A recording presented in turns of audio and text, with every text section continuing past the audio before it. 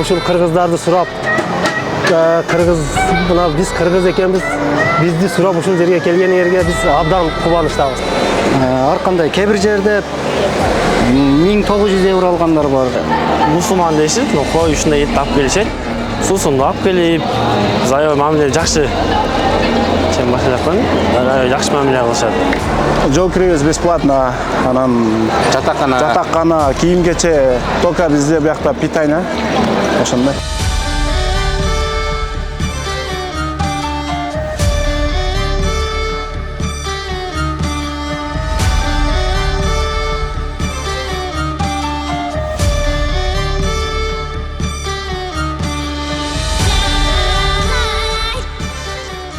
Саламатсыздарбы урматтуу биздин көрөрмандар, сиздер менен кайрадан мекендештер долбоору жана Door Life Media YouTube каналы кызматыңыздарда мен Доронбек Адаханов.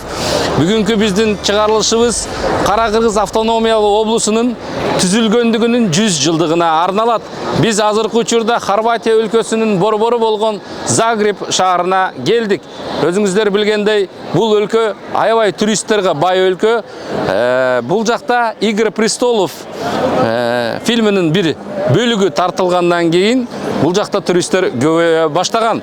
Бул жактагы биздин чыгарылышта бүгүн биз биздин мекендештердин ийгиликтери жана жетишкендиктери жөнүндө айтып бермекчибиз. Биз менен бирге болуңуздар, бизден алыстабаңыздар. Бүгүнкү чыгарылыш пайдалуу жана сиздер үчүн аябай кызыктуу болот деп ойлойм.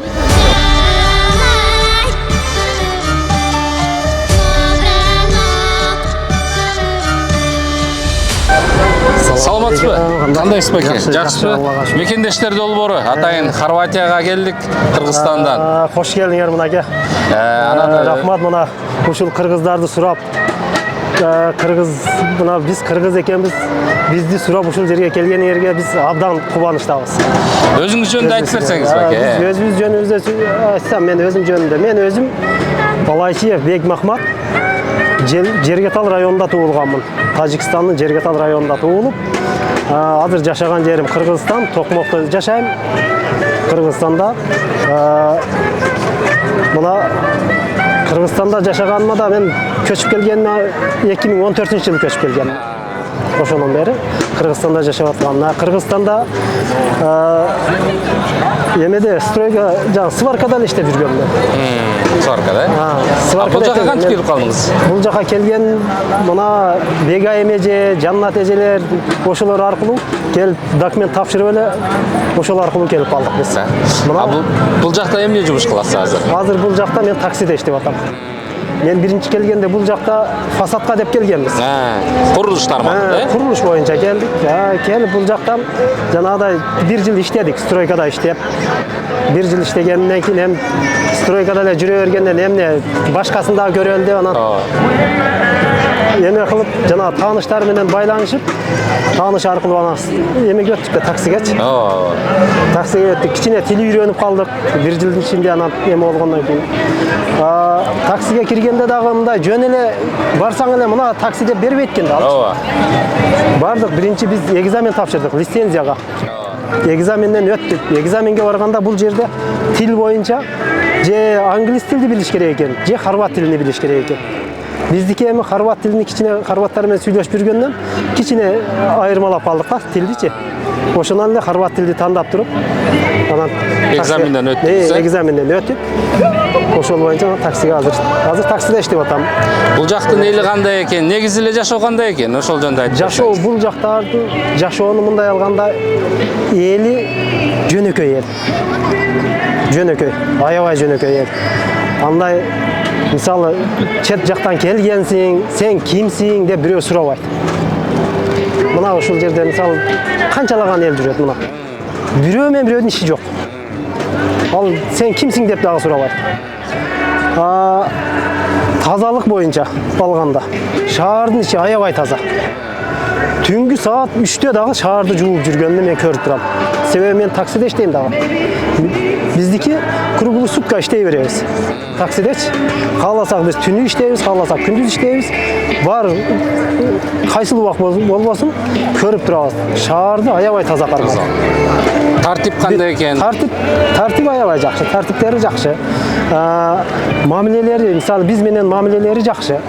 Мына таксиде ар бир киши менен сүйлөшүп көрөсүң да. Ооба. Ошолордун ар бири мисалы чыкканда саламдашып чыгат. А бизде таксиге мисалы келип отура турган болсок, мындай эми өзүбүздүн шарт менен бул жакта мындай эме кылганда. Келесиң, такси келип туруп жок дегенде бир 10 мүнөт күтөт бизди. А бул жерде андай жок. Такси барганга чейин киши күтүп турат таксини. Ушундай экен да бул жакта. Чыгып турат. Көчөгө чыгып, ошол адрес боюнча көчөгө чыгат дагы, ошол жерде күтүп турат. Такси кетип атканда эле кол көтөрөт. Мына менде. Билесиң, ошол экен. Бар токтойсуң. Токтоп эле кете берет. Анан жол тартибини алсак, мисалы бири-бирини жакшы сыйлайт экен да бул жердечи. Мисалы мен адашып башка көчөгө кире турган болсом, бул жака кайтыш үчүн мен аркы жолдо болуп калган болсом, эркиден суранам да. Өтүп алсам болобу деп, токтойт, өткөзүп коет. Жолдо ошондой тартиптер ошондой. Жөнөкөй да. Жөнөкөй. Рахмат сизге. Чоң рахмат, ийгиликтерди каалайбыз. Силерге дагы рахмат, мынакей. Ушундай келип тургула. Ушинтип мына биздин эми бар эле билген эмебизди мына айтып койдук. Ушул жак.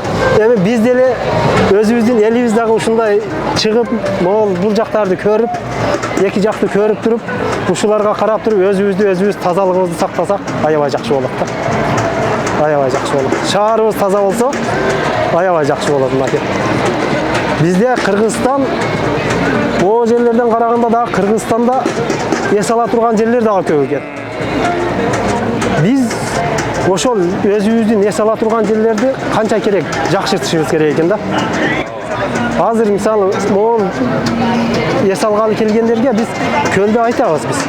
Ысык көлдү билесиңер десек, өткөндө мына Кытайдан келген экен. Ошол айтып атпайбы? Ысык көл деп. Ошол сурап атпайбы ысык көл деп. Мына билет экендер. А могу жерде жашап аткандардын да көбү билет экен ошолорду. Көлдү билет экен. Ошол жактарды да биздин мына эс ала турган жерлерибиз көп болгондуктан уже эл дагы билет экен. Мына анын үстүнө мына Кыргызстандагы уже азыр жакшы болуп калды. Жашоо жакшы. Өзгөрүүлөр болуп атат. Мына эл дагы мисалы азыр мына интернеттен көрүп, бүт баары кайсы жерде кандай өзгөрүүлөр болуп атканды эл дагы билип атат. Мисалы могу жерден дагы азыр сурасак, биздин Кыргызстаныбызды тааныйт эл. Билет. Кыргызстандан мына чемпиондор чыгып атпайбы? Булар аркылуу дагы биз сыймыктанабыз. Ошол чемпиондорубуз аркылуу. Себеби ошолордун себебинен мына Кыргызстандын тугуну желбирет тураттар. Мына алар аркылуу да.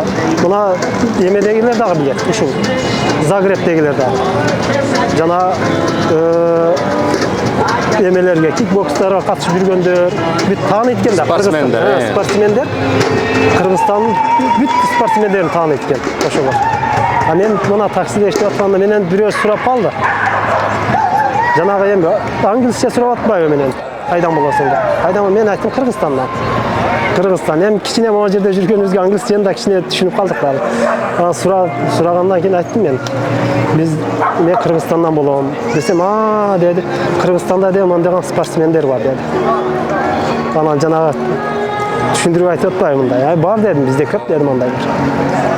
Ошол. Ассалам алейкум. Алейкум, Алтынбек кандай? Жакшы. Жакшы. Мекендештер долбоор атайын Кыргызстандан Хорватия өлкөсүнө Загреб шаарына келдик. Анан өзүңөр жөнүндө айтып берсеңер. Мен Орунов Алтынбек, Чүй областынын Сокулук районунун Жаңылпак айылынан төрөлүп өскөмүн. Ошол жерде жашайм. Бияка Хорватияга келгенибизге 9 ай болду. Негизи Москвада иштеп жүрдүк. Анан Бегай межа аркылуу, Instagram аркылуу таанышып, ошолор аркылуу визага тапшырып, визабызды 4 айдын ичинде алып, Хорватияга келдик. Бул жакта кайсы тармакта иштейсиз? Бул жакта эмеде иштейбиз. Стройканын крыша тармагында иштейбиз. Префа деген компания, МК Мотолим. ошондой. Айлыктар кандай экен? Айлык майонасы биринчи келгенде 5 евродан башталат деди. Азыр пока 5 евродан иштеп атабыз. Буюрса акырын көтөрүлөт дейт. Bir ayda 200 saat, 230 saat иштеп атабыз. Ошондо канча алып каласыңар бир айда? Bir ayda 1200 евро, 1000 евро ошондой болуп. Колуңарга каласың. Колубузга таза. Налогтон сырткары. Налогтон сырткары таза. Ошондой тип атат. Жетеби ал акча? Ооба, буюрса жетип атат. Биякта жашоого. Бияка жетип атат. Мисалы үчүн силерди биякта эмне менен камсыз кылат? Основной бизде жол киребиз бесплатно, анан жатаккана, кийим-кече, только бизде биякта питание. Ошондой. Питание кыле. Только питание. Кээде питанияга берип турат. Энди көңүлдөн чыккан акчасын. Ошондой. Ушул жакка келем деген биздин жаштарга кандай кеңеш берет элеңиз? Эгерде келем иштейм десечи? Если келем десе, колдон келсе, кичине окуп, билим алып, анан биякта такси деген тармак деле жакшы экен. Негизи жакшы сунуш да, жумуштан кийин иштейм десе. Ошондой биз деле таксиге чыгалы деп атабыз жакын арада. Assalomu alaykum. Санжар мырза, кандайсыз? Жакшы. Атайын мекендештер долбоолу Хорватиядан, Хорватия өлкөсүнө келип, ушул Загреб шаарынан сизден интервью алалы деп келдик. Кайсы жерден болосуз? Кантип келип калдыңыз? Ошол жөнүндө айтып берсеңиз. Такси. Такси боюнча айлык майонез 2000ге чейин. Арендадан үй акчасынан бар сырткары 2000 таза калат. Бул жакта жашоо кандай экен? Бул жакта жашоо жакшы. Тартип кандай, ушу таксини мындай жана мыйзамдарын бузсаң канча неме болот экен, эмнеге карайт экен, полиция кандай экен дегендейчи. Бул жакта полиция өтө жакшы. Бир жолу кармаса ал эскертүү берет, экинчисине анан штраф. Бирок 2 жылдан бери полицияга түшкөн жокмун. Жолдо. Ошондо айлык майонаңар канча болот бир айда мындай? Бир айда 2000ге чейин чыгат. Таксиден, Таксиде. Таксиде таза иштесең болот. 1800-2000ге чейин чыгарсаң болот. Бул жакта график. Кайсы тилди менен сүйлөшөт экен көбүнчө элдер? Бул жакта көбүнчө англис тил боюнча. Англис тил боюнча анан мен адамдарга айтар бир советим боюнча, англис тилди үйрөнүш керек, англис тилди окуш керек. Көбүнчө жаштарга кеңеш бул. Кеңешим ошол.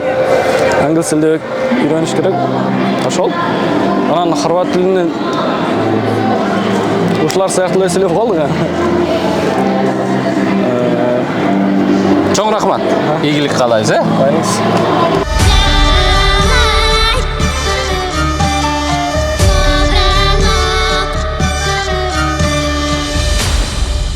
Өзүңүздөр билгендей биз азыр Хорватия өлкөсүнүн Калбалк шаарына келдик. Бул жерде биздин мекендештер ушундай отель Загреб деген отельде эмгектенет экен. Биз атайын сиздерге ушул отель жөнүндө, анан биздин мекендештер жөнүндө маалымат берип кетели деп атабыз. Анда эмесе, азыр биз отельге жол алдык. Здравствуйте. Здравствуйте. Специально из Кыргызстана приехали. Проект «Мекендештер» снимать о наших соотечественниках, которые работают в вашем отеле. Отель находится в Хорватии, город Карлабак, называется Загреб. Это трехзвездочный отель, да? Да, трехзвездочный отель. 152 номеров у нас. Пожалуйста. Тут у нас ресепшн. С правой стороны бильярдная. Да. Имеется еще 2 бассейна. Один снаружи, один изнутри. И с левой стороны бар. А это вы туры делаете? Тур, да. У нас есть еще туры разные. Можете заказать и пойти в туры. Это вот на теплоходе? На теплоходе, да. Это внутренний бассейн, да? Внутренний бассейн. Да. Вот это, да? Имеется обогрев. Здесь, да? Да. Обогрев. И еще один снаружи.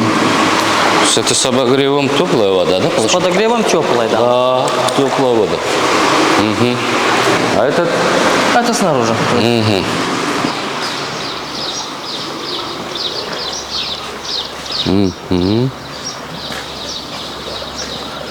Это снаружи, да? Здесь у нас берег, очень хорошая вода, соленая. Можно купаться, есть детское место. Вот это детское, Да, это детское место. Специально, Имеет да? 100 сантиметров.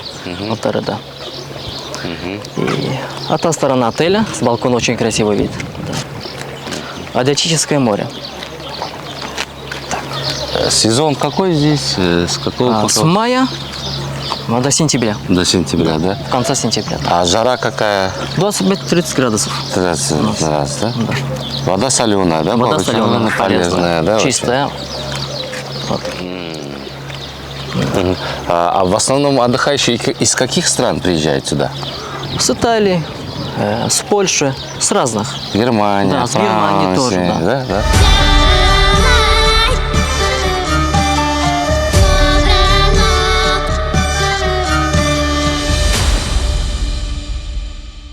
Biz азыр ушул турган отельде биздин онго жакын мекендештер эмгектенет экен, ушундай чоң отель экен, ушул Загреб деген.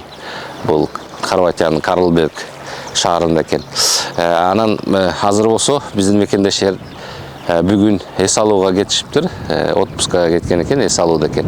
Бирок ушундай кооз жерде эмгектенип ушул отельде ар кандай тармакта иштешет экен. Здесь у нас кухня. Тут готовится еда. Идемте.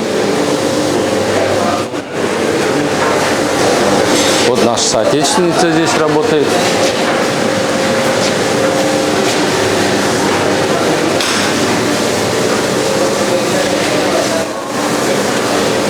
Вот это вот здесь, да, блюдо? Да, эти блюда. Все по качеству. Да. Здравствуйте. Говядина. Здравствуйте. Из Кыргызстана. Кыргызстана. Да. Бишкек. У нас наш главный повар. Очень приятно. Телевидение, проект. Вы шеф-повар, да? Да. О. Вкусно готовите, да? Да. Хорватиянын курорттук аймагы аталган Карбалаптагы Загреб мейманканасы эс алуучулар үчүн түзүлгөн шарттар менен таанышып, андан ары кыргызстандык мекендешибиз менен таанышууга бет алдык. Саламатсызбы, Үмүт мырза, кандай турасыңар? Аллага шүгүр. Мекендештер долбоору атайын Кыргызстандан келдик. Хорватия өлкөсүнүн Загреб шаарына. Ушул биздин мекендештердин ийгиликтери жөнүндө айтып берели деп. Өзүңүз жөнүндө айтып кетесиз. Мен өзүм жөнүндө айтып берсем, биринчиден кош келипсиздер Хорватия өлкөсүнө. Аты жөнүм Артыков Үмүт Тулабаевич. Чүй облусунун Сокулук районунун тургуну болом. Хорватия өлкөсүндө 2 жылдан бери эмгектенип жүрөм. Келип кетип эмгектенем. Курулуш жаатында. Ошондо сиз компания аркылуу келгенсиз, да? Кайсы компания аркылуу? Бул Бишкектеги компания. Бишкектеги Бегимай Молдалиева деген компаниясы болот. Ошо. Курулуш тармагында иштесеңиз, ушул страховка, андан сырткары жана саламаттык сактоо жөнүндө айтып кетсеңиз, бул жакта ошолордо кандай шарттар түзүлгөн? Негизи страховкага биз ай сайын 9 евродон төлөп турабыз. 9 евродон ай сайын төлөп турабыз. Эгер ооруп калсаң, бир кокустук болуп калса, ошол биз төлөп аткан эме өзүнүн тез жардам машиналары ошол менен келип, алып барып дарылап эме кылат да. Ошол негизинде бекер. Эмеге договорго кол коюлган да ошол эме менен. Айына 9 евродон төлөп турабыз ошон үчүн. Ошол алынган акчадан силер төлөгөндөн кийин бул жакта компания силер үчүн төлөйт да, кармак. Негизи эле бул курулуш тармагында маяналар канча? Маяналар курулуш тармагында ар кандай кээ бир жерде 1900 евро алгандар бар, 1800 евро алгандар бар. Мен өзүм биз балдар менен эме кылып 130 000 болуп калат биздин акча менен. Сом менен. Ай сайын колуңузга алганыңыз. Колуңузга алган. Налогтордон сырткары. Сырткары да. Чоң рахмат. Макул. Чоң рахмат. Assalamu алейкум. Кандай Жантөре, ден соолуктар, иштери жакшы? Жакшы, Кудай кааласа. Атайын мекендештер долбоору Кыргызстандан Хорватия өлкөсүнүн Загреб шаарына келдик. Ушу тарталы ийгиликтер жөнүндө, жетишкендиктер жөнүндөчү. Өзүңөр жөнүндө айтып берсеңер. Өзüm жөнүндө айтсам, мен Бешиналиев Жантөре, Талас областы, Кара-Бура району, Бешек айылынан болом.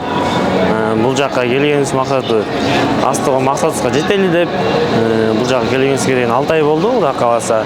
Бул жакка келгенде мисалы айлык майына жөнүндө айтсак, айлык майына жакшы төленет. Бул жакта сааттан эсептелинет. 8 саат, 10 саат, 12, 15 саат болуп бөлүнөт. Ночта смен болот бул жакта.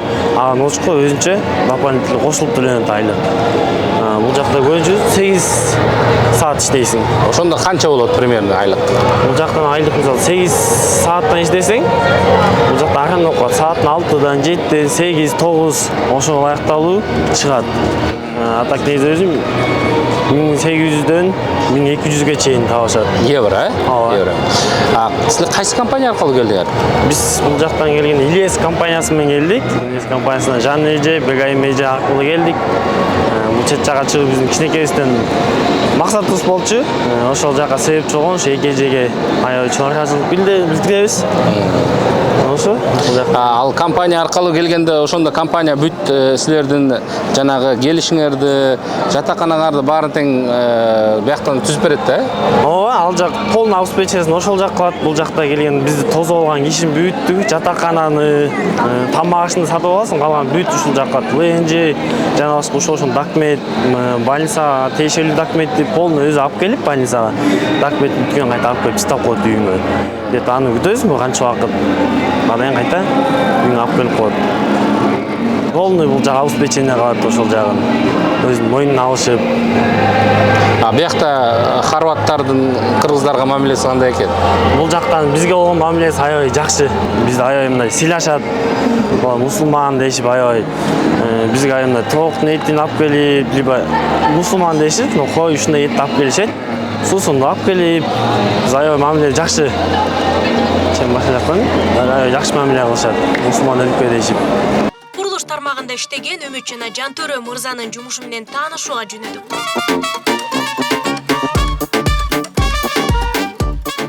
Урматтуу мекендештер, биз азыр Загреб шаарынан ушул 20 километр алыстагы Сесветский Кролевец деген жерге келдик. Бул жакта биздин мекендештер ушул курулуш тармагында иштейт экен. Азыр биз барып, алар менен маектешебиз.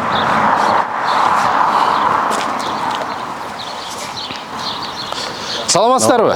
Ассалам. Кандайсың Үмүт мырза? Жакшымы? Кандай турасыздар? Кандайсың? Жакшы, ден соолуктар иштер. Жакшы, рахмат. Биз атайын ушу мекендештер долбоору дүйнө жүзүн кыдырып биздин мекендештерди кылып атайын Хорватияга келдик мына Загреб шаарыначы. Анан буякта иштеп атыптыңар ушул. Эмне тармакта иштеп атасыңар? Курулуш тармагында экен. Ошолор жөнүндө айтып берсеңер. Биз ушул Хорватия өлкөсүндө ушундай эме менен стройка жаатында иштейбиз. Фасад, керамика, отделка көбүнчөсү. Ошол буюрса баары жакшы. Өзүңөр тиги Чүйдөн келдиңер да бияка, Чүйдөн кайсы жерден болосуз? Сокулук району Чаткул айылынан. Биякта маяналары кандай экен, негизи эле салык жагы, анан тамак ашы кандай? Бул ушул силер иштеп аткан компаниянын силерге болгон мамилеси кандай? Ошолор жөнүндө деле айтса кетсеңер. Бул жактын эли мыймандос келет. Мамилелери жакшы аябай. Жакшы тосуп алат. Биз Кыргызстандан келгенде тосуп алды өзү, аэропорттон тосуп алат. Алып келип жатакана менен жайгаштырат, жумуш ордулары менен камсыздайт, кийим кечесин берет. Айлык мана эмебиз, айлыгыбыз 130 болуп бизге колубузга тийгени, таза сом менен. Налогторду булар өздөрү төлөйт. Легально иштейбиз. Ошол. Келгениңер канча болду? Мен 2 жылдан бери келип кетем. Бияктан, Бул жактан. Ошондо мындай канча 1 жыл иштеп кетип, кайра келип 4-5 ай иштеп, 6 ай иштеп, отпускной алып, билетти алып берет булар айткандай. Өздөрү? Өздөрү алып берет. Барган, келген билетти өздөрү алып берет. Отпускной сыяктуу да. Отпускнойдун атынан алып берет. 6 ай иштейбиз, Кыргызстанга барып келебиз. 1 ай десе 1 ай, 15 күн десе 15 күн жүрүп келебиз. Бул жакка келип иштеп атабыз, Кудай кааласа жумуш жакшы. Ылжакбек айтып кеткендей меймандос бүттүгү келгенде бүт жагын тозуп алды, жатакананы обеспечить полный. Оны бияктан биз өзүбүзгө тамак ашты сатып алабыз. Калган бүт бул жак обеспечение кылат. Ошо жакшы дагы иштеп атабыз, өзүбүзгө болгондой. Азыр мына ушул стройка жүрүп аткан жердебиз да. Биздин тиги курулуш тармагындагы материалдардан эмне менен айырмаланат? Анан буларда кандай эсептелет? Мисалы үчүн, же квадратурасын эсептейсиңерби, же дүң эсептелеби? Бизде айырмасы деле жок. Биздегидей эле Кыргызстандагыдай. Бирок саатына төлөнөт. Почтовый биякта, саатына. Саатына төлөнөт. Бул жактын ээси түздөн түз бизге акча төлөнбөйт. Биз ферма менен эме кылабыз. Фермага төлөп берет. Фермага төлөп берет, биз фермадан алабыз. Ферма биздин карточкага катарып турат. Булар менен биз сүйлөшпөйбүз, хозяйкалар менен. Только эмеге жөнөтөт, алар акчаны бизге катарат. Ошо. Биздин ушул курулуш тармагында иштеп аткан силер менен булар ушул хозяиндар кандай мамиледе дейм да? Мисалы үчүн, биздин кыргыздар кандай иштейт, анан биздин кыргыздарга кандай мамиле кылат? Негизичи, мисалы үчүн айтып, силер биз өзгөчөлөнөбүз да. Мисалы үчүн, кээ бирлер 5 саат иштесе, силер 7-8 саатта эле иштейсиңер да? Ошол жөнүндө да айтып берсеңер. Биз бул эмелер мамилеси бизге аябай жакшы. Таттууларды алып келип турат, сокторду алып келип турат. Суббота күнү булар обедке чейин эле иштейт. Обедтен кийин иштебейбиз. Саат 12ге чейин жумуш болот. Бирок пирог, торт, сок алып келип коюп турат. Суббота 12ге чейин иштейбиз, воскресенье выходной. Эс алуу күнү дем алабыз. Күнүнө 9 саат иштейбиз. Эртең мененки 7ден 4кө чейин иштейбиз. 4кө чейин. 4төн кийин бошпуз. Үйгө барабыз, жуунуп таранып, шаар чыгабыз. Эс алабыз. Дем алыш күндөрү деле бар да? Дем алыш күндөрү суббота короткийден болсо, 12ге чейин. Воскресенье болсо, толук эс аласыз. Господин Младен Хорват, вы приехали специально из Кыргызстана, чтобы рассказать о наших соотечественниках, которые живут и работают в Хорватии. Мы знаем, что вы являетесь директором строительной компании. Расскажите про наших соотечественников, как они здесь работают, чем занимаются и вообще кыргызы вам нравятся? Ну да, конечно, вот у нас в Хорватии есть достаточно дефицит, очень много в строительстве, и мы нашли вот партнеров в Кыргызстане, вот компания ИЛС, которая профессионально занимается отбором кадра, и так мы тоже дошли до хороших рабочих ребят, которые приехали в Хорватию, и мы довольны с их трудом, с их работой, и мы вот так успеваем вот эту проблему нашу, которая есть в Хорватии, решать и дальше заниматься своим делом. Ну как они, настройки, что они, опытные или знают ли, вот, и как их приезд вообще осуществляется, и вообще как им помогаете? Ну, когда ребята приезжают, мы стараемся организовать, ну, и жилье, вот, встретить, и чтобы все было как-то удобно для их жизни, хотя мы понимаем, что это далеко, это может даже чуть-чуть вот эта хорватская культура, она новая, наверное, для них, вот, и стараемся, чтобы они могли адаптироваться здесь. Конечно, у нас некоторые вот есть строительные моменты, может, чуть-чуть отличаются от работы, да, в Кыргызстане, но вот они, когда приезжают, они быстро славливают и хорошо работают, стараются, и даже язык, он, да, изучает язык, потому что это славянский, тоже хорватский, русский, оно в одной группе, не так, да, чуть-чуть похоже, не так сложно. Хорватияда кыргызстандык мекендештерибиз курулуш тармагында көбүрөөк эмгектенет. Айдоочулук кылгандар, кафе, ресторандарда иштеген жаштар да көп. Айрыкча жайда курорттук аймактарда, отелдерде иштешет.